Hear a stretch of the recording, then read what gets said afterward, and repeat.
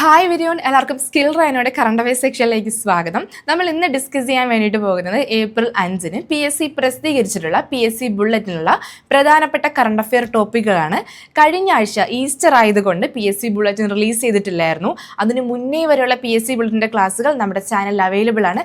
കാണാത്തവരാണെങ്കിൽ എന്ത് ചെയ്യുക, ആ ക്ലാസ് കൂടെ പോയി കണ്ട് പഠിക്കുക. നമുക്ക് ഇന്നത്തെ സെക്ഷനിലേക്ക് എന്ത് ചെയ്യാം, പോകാം. ആദ്യത്തെ ചോദ്യം, 2026 മാർച്ചിൽ കേരള ഹൈക്കോടതിയിലെ ആദ്യത്തെ അഡീഷണൽ സോളിസിറ്റർ ജനറൽ നിയമിതനായതാരാണ്? അഡ്വക്കേറ്റ് പി ശ്രീകുമാറാണ്. 2026 മാർച്ചിൽ കേരള ഹൈക്കോടതിയിലെ ആദ്യത്തെ ഫസ്റ്റ് അഡീഷണൽ സോളിസിറ്റർ ജനറൽ നിയമിതനായതാരാണ്? Advocate P Sreekumar. അടുത്ത പോയിന്റ്, ഇന്ത്യയിൽ ആദ്യമായി ട്രാൻസ്ജെൻഡർ പോളിസി നടപ്പാക്കിയ സംസ്ഥാനം ഏതാണെന്ന് ചോദിച്ചാൽ ഏതാണ്? കേരളമാണ്. അപ്പൊ ഇന്ത്യയിൽ ആദ്യമായിട്ട് ട്രാൻസ്ജെൻഡർ പോളിസി, എന്ത് പോളിസിയാണ്? ട്രാൻസ്ജെൻഡർ പോളിസി നടപ്പാക്കിയ സംസ്ഥാനം ഏതാണ്? കേരളമാണ്. ലോക ഓട്ടിസം അവബോധന ദിനം എന്നാണ്? ഏപ്രിൽ 2 അപ്പൊ ഏപ്രിൽ 2 ലോക ഓട്ടിസം അവബോധന ദിനം എന്ന് പറഞ്ഞ ഇതിനൊരു പ്രമേയമുണ്ട്. ഇതിന്റെ പ്രമേയം എന്താണ്? ഇതിന്റെ പ്രമേയം autism and humanity, every life has value. ഇത് പഠിച്ചിരിക്കണേ, ഇത് ഇമ്പോർട്ടൻ്റ് ആണ്. പ്രമേയം എന്താണ്? Autism and humanity, every life has value. അപ്പൊ ഏപ്രിൽ 2 എന്താണ്? ലോക ഓട്ടിസം അവബോധന ദിനമാണ്. ഓക്കെ. 2028 ലോക ഇൻഡോർ അത്ലറ്റിക്കിന്റെ വേദി എവിടെയാണ്? ഭുവനേശ്വറാണ്. എവിടെയാണ്? ഇന്ത്യയിലാണത്. 2028 ലോക ഇൻഡോർ അത്ലറ്റിക്കിന്റെ വേദി എവിടെയാണ്? ഭുവനേശ്വർ, ഇന്ത്യ. 2028 ഭുവനേശ്വർ ആണെങ്കിൽ 2030 കൂടെ ഒന്ന് അറിഞ്ഞിരുന്നോ? 2030 എവിടെയാണ്? ആസ്ഥാന. എവിടെയാണ്? ആസ്ഥാന. അതെവിടെയാണ്? കസാക്കിസ്ഥാനിലാണ്. കസാക്കിസ്ഥാനിലാണ് ആസ്ഥാന ഉള്ളത്. എന്തിന്റെ വേദിയാണ്? 2030 ലോക ഇൻഡോർ അത്ലറ്റിക്കിന്റെ വേദിയാണ് ആസ്ഥാന. 2028 എവിടെയാണ്? ഭുവനേശ്വർ, ഇന്ത്യയിലാണ്. 2030 പറഞ്ഞോട് പറയാം, 2030 കോമൺവെൽത്ത് ഗെയിംസിന്റെ വേദി എവിടെയാണ്? അത് അഹമ്മദാബാദാണ്. ഓർത്ത് വെച്ചിരുന്നോ?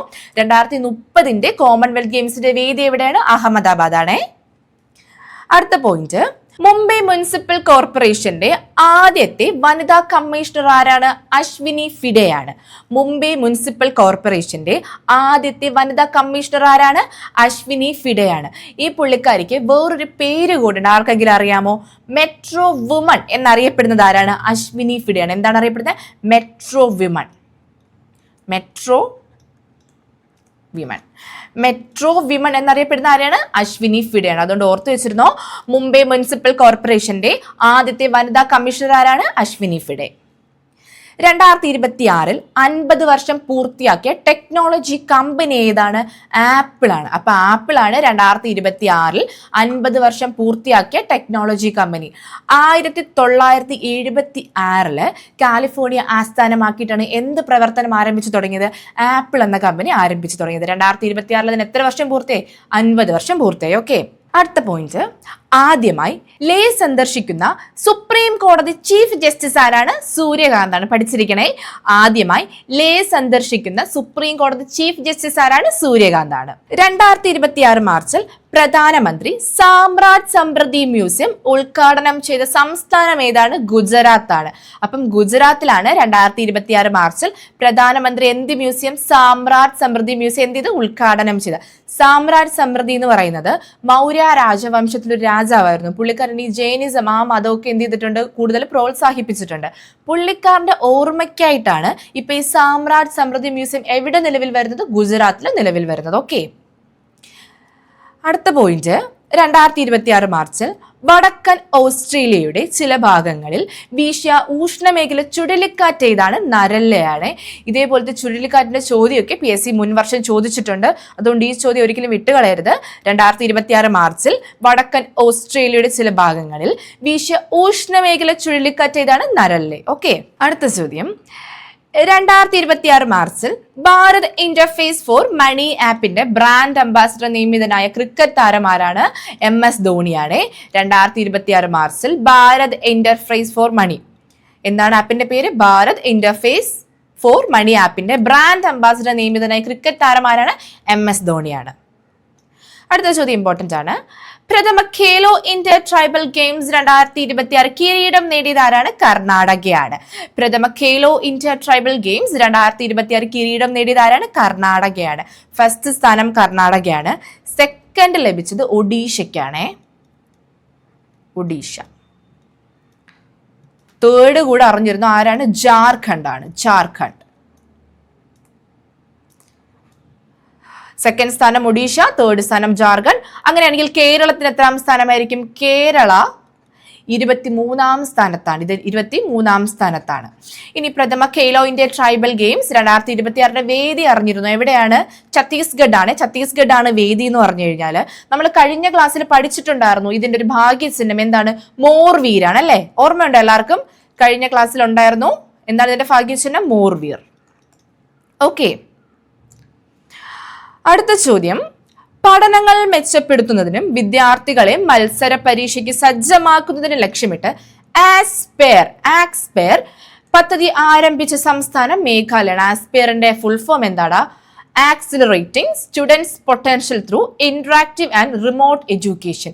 അപ്പൊ ആസ്പെയർ എന്ന പദ്ധതി ആരംഭിച്ചത് ഏത് സംസ്ഥാനത്താണ്? മേഘാലയ. എന്തായിരുന്നു അതിന്റെ ലക്ഷ്യം? പഠനങ്ങൾ മെച്ചപ്പെടുത്തുന്നതിനും വിദ്യാർത്ഥികളെ മത്സര പരീക്ഷയ്ക്ക് സജ്ജമാക്കുന്നതിനും ലക്ഷ്യമിട്ട് തുടങ്ങിയ പദ്ധതി ഏതാണ്? ആസ്പെയർ ആണ്. ഏത് സംസ്ഥാനത്താണ് ആരംഭിച്ചത്? മേഘാലയാണ്. ഓക്കെ, അടുത്ത ചോദ്യം.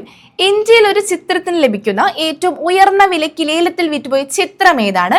യശോദയും കൃഷ്ണനുമാണ്.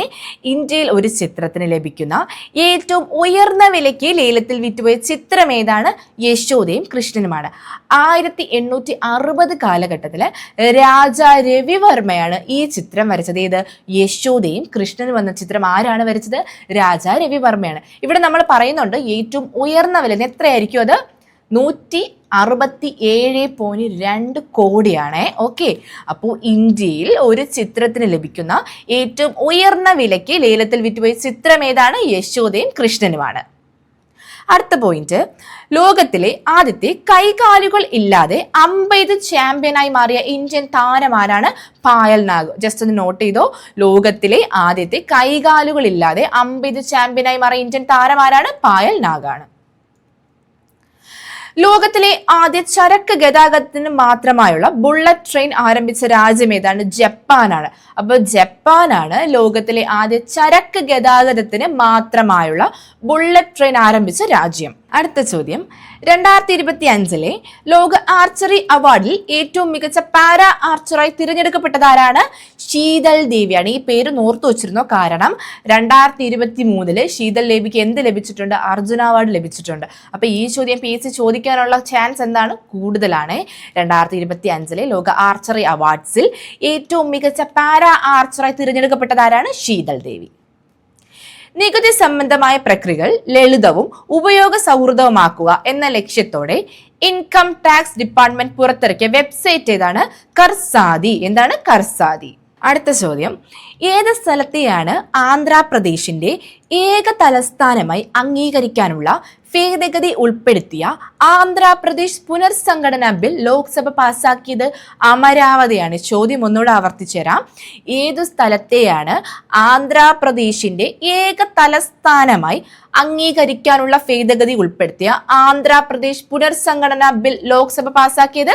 അമരാവതിയാണ്. അമരാവതി എന്ന് പറയുന്ന സ്ഥലത്തിന്റെയാണ്. എന്താണത്? ആന്ധ്രാപ്രദേശിന്റെ ഏക തലസ്ഥാനമായിട്ട്. ഇനി ഒരു കാര്യം കൂടെ നോട്ട് ചെയ്തോ. ഏപ്രിൽ 6 നമ്മുടെ പ്രസിഡന്റ് ആയിട്ടുള്ള ദ്രൗപദി മുർമു ഇതിന് അംഗീകാരം നൽകിയിട്ടുണ്ട്. ഓക്കെ, എന്നാണ്? ഏപ്രിൽ 6 ഇപ്പൊ ആന്ധ്രാപ്രദേശിന്റെ കാര്യം പറഞ്ഞിട്ട് ആന്ധ്രാപ്രദേശിന്റെ പ്രൈം മിനിസ്റ്റർ ആരാണ്? എൻ ചന്ദ്രബാബു നായിഡു. ആരാണ്? N Chandrababu Naidu. Okay, just ഒന്ന് അറിഞ്ഞിരുന്നോ? അപ്പൊ അമരാവതിയാണ് എന്തായിട്ട് തിരഞ്ഞെടുത്തത്? ആന്ധ്രാപ്രദേശിന്റെ ഏക തലസ്ഥാനമായിട്ട്. ഓക്കെ, അടുത്ത ചോദ്യം. 2026 ഏപ്രിൽ പുറത്തുവിട്ട അന്താരാഷ്ട്ര ഫുട്ബോൾ റാങ്കിൽ 1-ാം സ്ഥാനത്തെത്തിയത് ആരാണ്? ഫ്രാൻസ് ആണ്. അപ്പൊ ഫിഫയിൽ 1-ാം സ്ഥാനത്തെത്തിയത് ആരാണ്? ഫ്രാൻസ് ആണ്. അപ്പൊ നമ്മൾ എന്ത് ചെയ്യുക? 2, 3 സ്ഥാനങ്ങളൊന്ന് അറിഞ്ഞിരിക്കുക. 2-ാം സ്ഥാനത്ത് സ്പെയിൻ ആണ്. 2-ാം സ്ഥാനത്ത് ആരാണ്? സ്പെയിൻ ആണ്. 3-ാം സ്ഥാനത്ത് അർജന്റീനയാണ്. ആരാണ്? അർജന്റീന. 1-ാം സ്ഥാനത്ത് ഫിഫയിൽ എത്തിയത് ആരാണ്? ഫ്രാൻസ് ആണ്. 2-ാം സ്ഥാനം സ്പെയിൻ, 3-ാം സ്ഥാനം അർജന്റീന. അപ്പൊ കേരളത്തിന്റെ അറിഞ്ഞിരിക്കേണ്ട എത്രയാണ്? 136 ആണ്. ഓക്കെ, അടുത്ത പോയിന്റ്. ഇന്ത്യൻ വ്യോമസേന ആരംഭിച്ച ആദ്യത്തെ ഹെലികോപ്റ്റർ ഡ്രോപ്സ് ഡ്രോൺ പദ്ധതിയാണ് വായുബൺ. എന്താണ്? ഇന്ത്യൻ വ്യോമസേന ആരംഭിച്ച ആദ്യത്തെ ഹെലികോപ്റ്റർ ഡ്രോപ്സ് ഡ്രോൺ പദ്ധതി ഏതാണ്? വായുബൺ. ഓക്കെ, ഇനി നമുക്ക് അടുത്ത കുറച്ച് പദ്ധതികളാണ് പഠിക്കാനുള്ളത്. പദ്ധതികൾ PSCയിൽ ഇമ്പോർട്ടൻ്റ് ആണ്. ആദ്യത്തെ പോയിന്റ്, കേരളത്തിലെ ആരോഗ്യവകുപ്പ് നഗരങ്ങളിലെ ചേരികൾ താമസിക്കുന്ന സാധാരണക്കാരുടെ ആരോഗ്യ സംരക്ഷണത്തിന് നടപ്പിലാക്കുന്ന പദ്ധതി ഏതാണ്? ഉഷസ് ആണ്. ഒന്നുകൂടെ വായിച്ചു തരാം. കേരളത്തിലെ ആരോഗ്യവകുപ്പ് നഗരങ്ങളിലെ ചേരികളിൽ താമസിക്കുന്ന സാധാരണക്കാരുടെ ആരോഗ്യ സംരക്ഷണം നടപ്പിലാക്കുന്ന പദ്ധതി ഏതാണ്? ഉഷസ് ആണ്. അടുത്ത് 65 വയസ്സിന് മുകളിലുള്ളവർക്ക് ആരോഗ്യ സാമൂഹ്യ പരിരക്ഷാ പദ്ധതി ഏതാണ്? വയോമിത്രം. നിങ്ങൾ കേട്ടിട്ടുണ്ടായിരിക്കും വയോമിത്രം അല്ലെ? 65 വയസ്സിന് മുകളിലുള്ളവർക്ക് ആരോഗ്യ സാമൂഹ്യ പരിരക്ഷ പദ്ധതി ഏതാണ്? വയോമിത്രം. അടുത്ത ചോദ്യം, വൺ ഹെൽത്ത് പ്രോഗ്രാമിന്റെ പ്രധാന ലക്ഷ്യം എന്താണ്? ഏത് പ്രോഗ്രാമാണ്? One health. മനുഷ്യൻ, മൃഗങ്ങൾ, പരിസ്ഥിതി എന്നിങ്ങനെ 3 മേഖലകളുടെ ആരോഗ്യ സംരക്ഷണം ഏകോപിച്ചുള്ള സംയുക്ത പ്രവർത്തനം ഉറപ്പാക്കുക. എന്താണ്? മനുഷ്യൻ, മൃഗങ്ങൾ, പരിസ്ഥിതി എന്നിങ്ങനെ 3 മേഖലകളുടെ ആരോഗ്യ സംരക്ഷണം ഏകോപിപ്പിച്ചുള്ള സംയുക്ത പ്രവർത്തനം ഉറപ്പാക്കുക. ഓക്കെ. അടുത്ത പോയിന്റ്, അതിഥി തൊഴിലാളികളുടെ കുട്ടികളുടെ വിദ്യാഭ്യാസ പുരോഗതിക്ക് വേണ്ടി കേരള സർക്കാർ ആവിഷ്കരിച്ച പദ്ധതി ഏതാണ്? ജ്യോതിയാണ്. അതിഥി തൊഴിലാളികളുടെ കുട്ടികളുടെ വിദ്യാഭ്യാസ പുരോഗതിക്ക് വേണ്ടി കേരള സർക്കാർ ആവിഷ്കരിച്ച പദ്ധതി ഏതാണ്? ജ്യോതിയാണ്. ഈ പദ്ധതികളെല്ലാം 2026 PSC ചോദിച്ചിട്ടുള്ള ക്വസ്റ്റ്യൻസ് ആണേ. ഓക്കെ. അടുത്ത ചോദ്യം, ദേശീയ മഹാത്മാഗാന്ധി ദേശീയ ഗ്രാമീണ തൊഴിലുറപ്പ് പദ്ധതിയുടെ ഭാഗമായി കേരളത്തിലെ ഗോത്ര ജനതയ്ക്ക് 100 തൊഴിൽ ദിനങ്ങൾക്ക് പുറമെ കൂടുതൽ തൊഴിൽ ദിനങ്ങൾ ലഭ്യമാക്കുന്ന കേരള ഗവൺമെന്റ് പദ്ധതിയുടെ പേരെന്താണ്? Kerala tribal plus. ഓക്കെ, എന്താണ്? Kerala tribal plus. സൗജന്യ ക്യാൻസർ ചികിത്സാ പദ്ധതി ഏതാണ്? സുഹൃത. അപ്പൊ സുഹൃത എന്താണ്? സൗജന്യ ക്യാൻസർ ചികിത്സാ പദ്ധതിയാണ് സുഹൃത. അപ്പൊ ഇത്രയേ ഉള്ളൂ ഏപ്രിൽ 5-ന് PSC റിലീസ് ചെയ്തിട്ടുള്ള നമ്മുടെ PSC ബുള്ളറ്റിന്റെ ഇമ്പോർട്ടൻ്റ് ആയിട്ടുള്ള പോയിന്റ്സുകൾ. ഇതിൽ അവസാനം പറഞ്ഞിട്ടുള്ള പദ്ധതികൾ മുൻ വർഷം എന്നല്ല, ഈ പറഞ്ഞ 2026 തന്നെ റീസെന്റ് ആയിട്ട് PSC ചോദിച്ചിട്ടുള്ള പദ്ധതികളാണ്. അപ്പൊ എന്ത് ചെയ്യുക, എല്ലാവരും നല്ല രീതിക്ക് എക്സാംസിന് പ്രിപ്പയർ ചെയ്യുക. എല്ലാവർക്കും നന്ദി, നമസ്കാരം.